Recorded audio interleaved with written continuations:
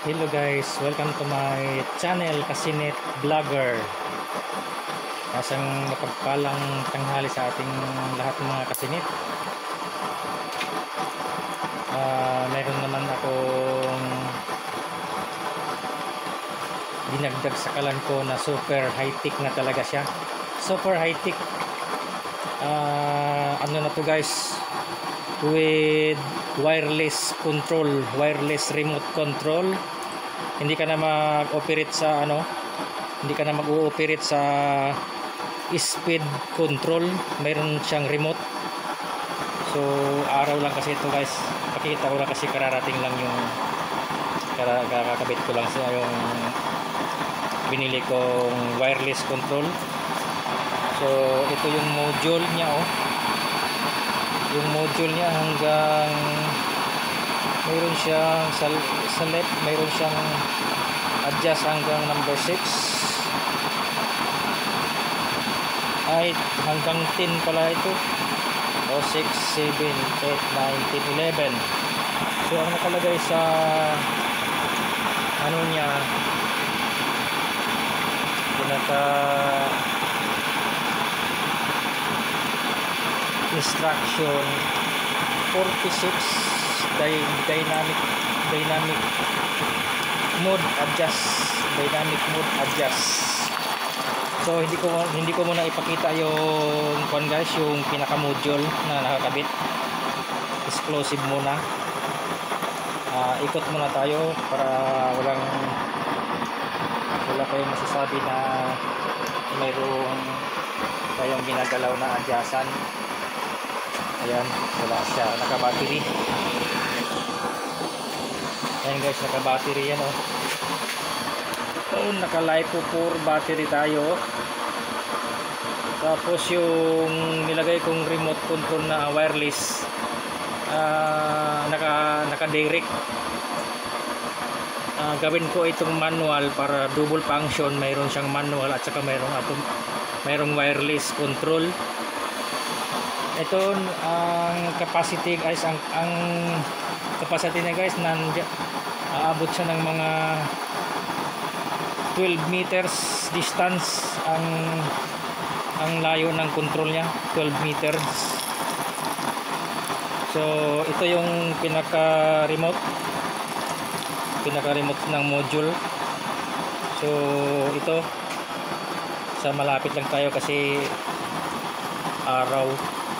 Pakita ko lang na ito yung pinaka remote. So pindutin ko yung pula para mag automatic shut off, automatic patay, para makita nyo muna kung totoong nag-function.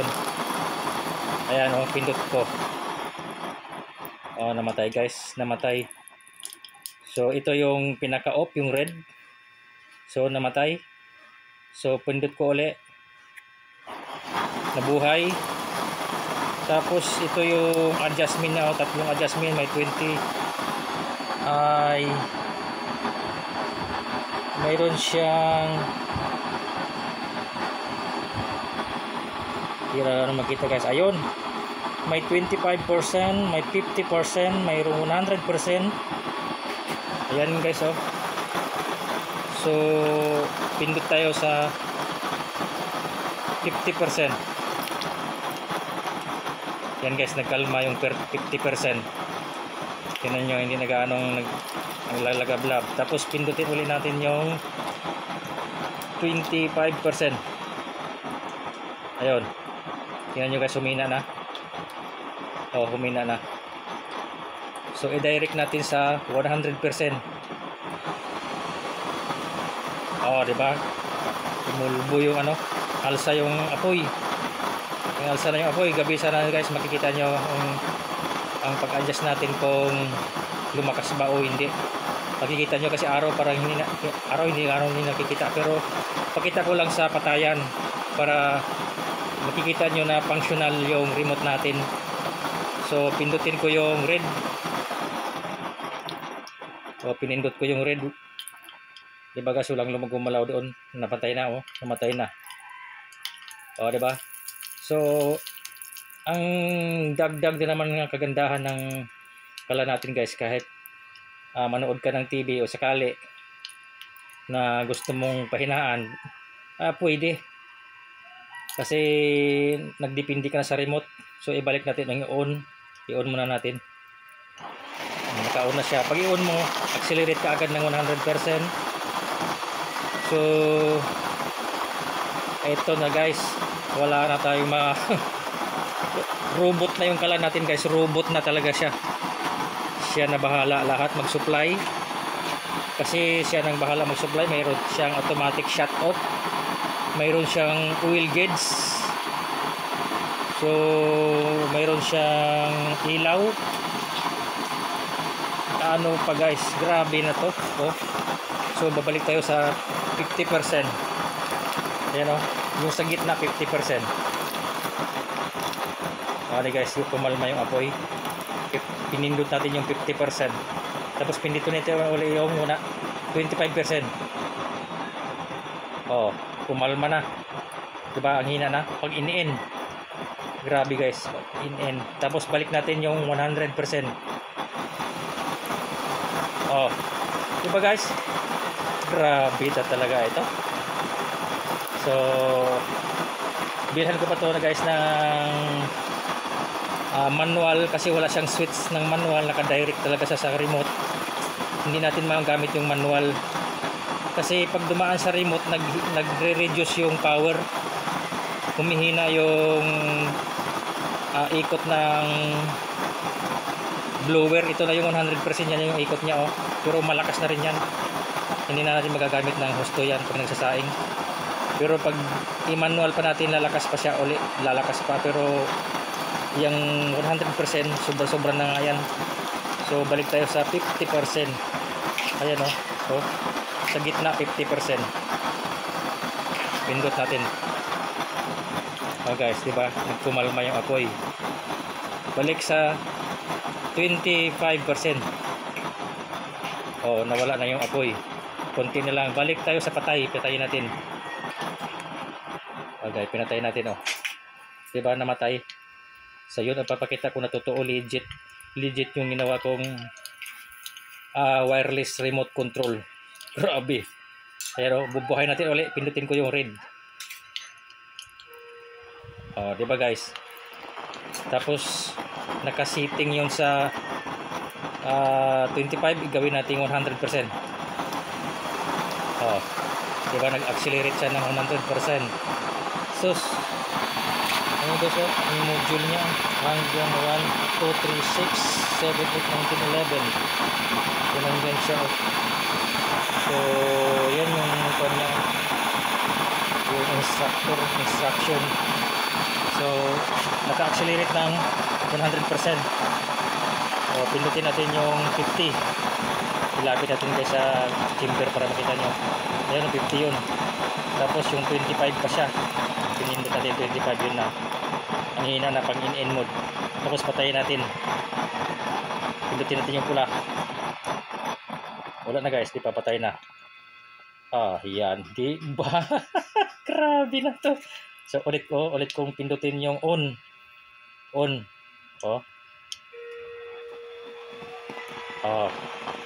Diba guys, nasa 25%. Balik natin yung 50%. Balik yung 100%. Guys, diba 100% nagliliyab. Sus, grabe guys. Hindi ko pa ipapakita yung minaka modules guys na nilagay ko. So maraming design ng maraming design yung remote control, wireless remote control, maraming design. So ito muna yung pinili ko, yung pinakamababa lang, kasi mayroon siyang mataas na amperes, mayroon ding 24 volts, may 12 volts, may 6 volts. Kaya ang binili ko yung 12 volts. Mayroon pa siyang 24 ito, pero ito pwede siyang magiging yan guys, aabot siya ng capacity niya. Nakita ko yung capacity niya sa module niya hanggang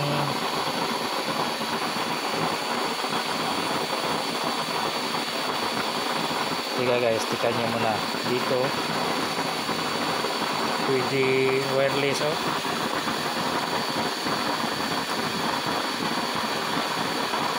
RF wireless sa likod. Saan ko nakita yung hanggang 24 volts, guys? Yan muna, hanapin ko muna yung pinaka kuha nito, guys, papel. Pinaka papel nya.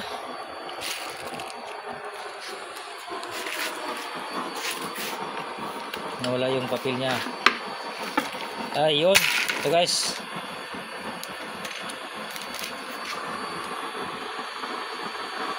So, ay, wala rin. Ika muna para mai-review ko kung hanggang yung ano nya, hanggang saan siya yung capacity, kasi nakita ko kanina parang 24 volts, abot 24 volts.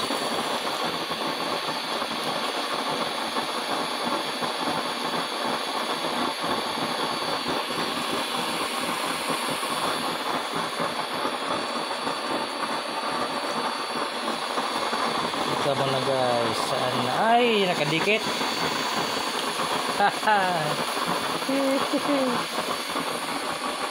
Ay, hindi ko muna ipakita, guys, kasi pag ipakita ko makikita ninyo yung module. Ay, naka-indicate pala dito sa picture. So ang capacity niya is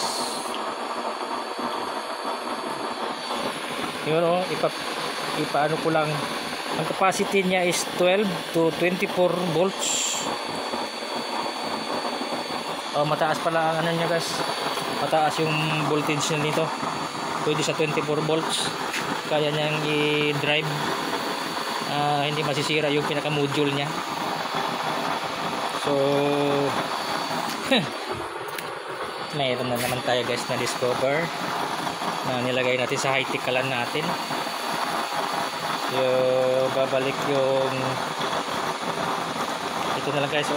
Last na lang para makita nyo. 50%, 25. Yan yung 25% pang in-in. 50%.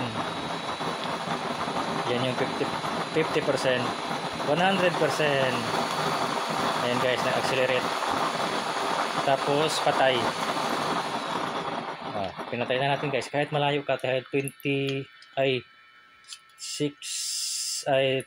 meter to 12 meters ang layo, guys. 12 meters ang capacity nito, ang layo abot niya, kayang abutin niya.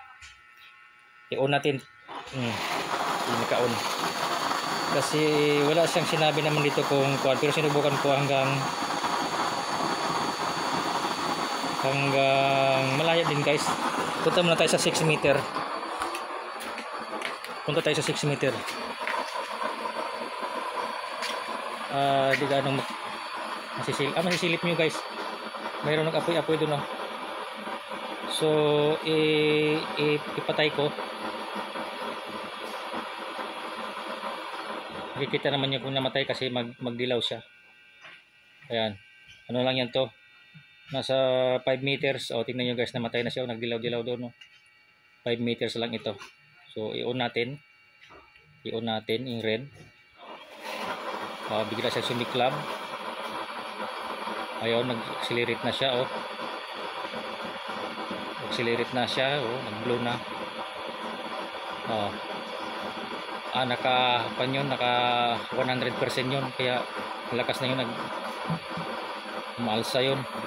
So nasa 5 meters muna tayo. Hindi pa natin subukan kasi malayo na yun, hindi na natin makita na. Araw, guys, araw, hindi natin makita yung 12 meters ang layo, ang distance. So layo na yung 5 meters, guys. Lumabas ka na sa bahay mo, parang lumabas ka na sa kusina mo. Functionable pa rin itong gadget natin.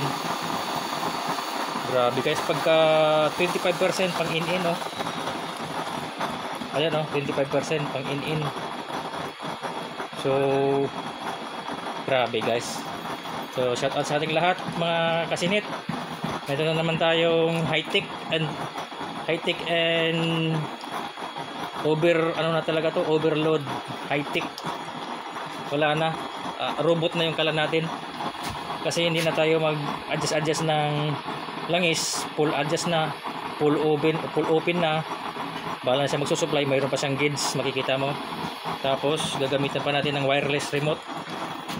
Grabe guys. Tapos naka-igniter tayo, naka-ilaw tayo, complete appliances na ito guys. So please subscribe mga kasinit para maituturo ko rin sa inyo kung gusto nyo. So suportahan niyo yung channel ko mga kasinit, kasi marami pa tayong tutuklasin. Hindi lang dito nagtatapos. Pagka high tech yung kalan natin, mayroon pa talaga. So po-promote ko na naman itong wireless. Hahanap pa ako ng medyo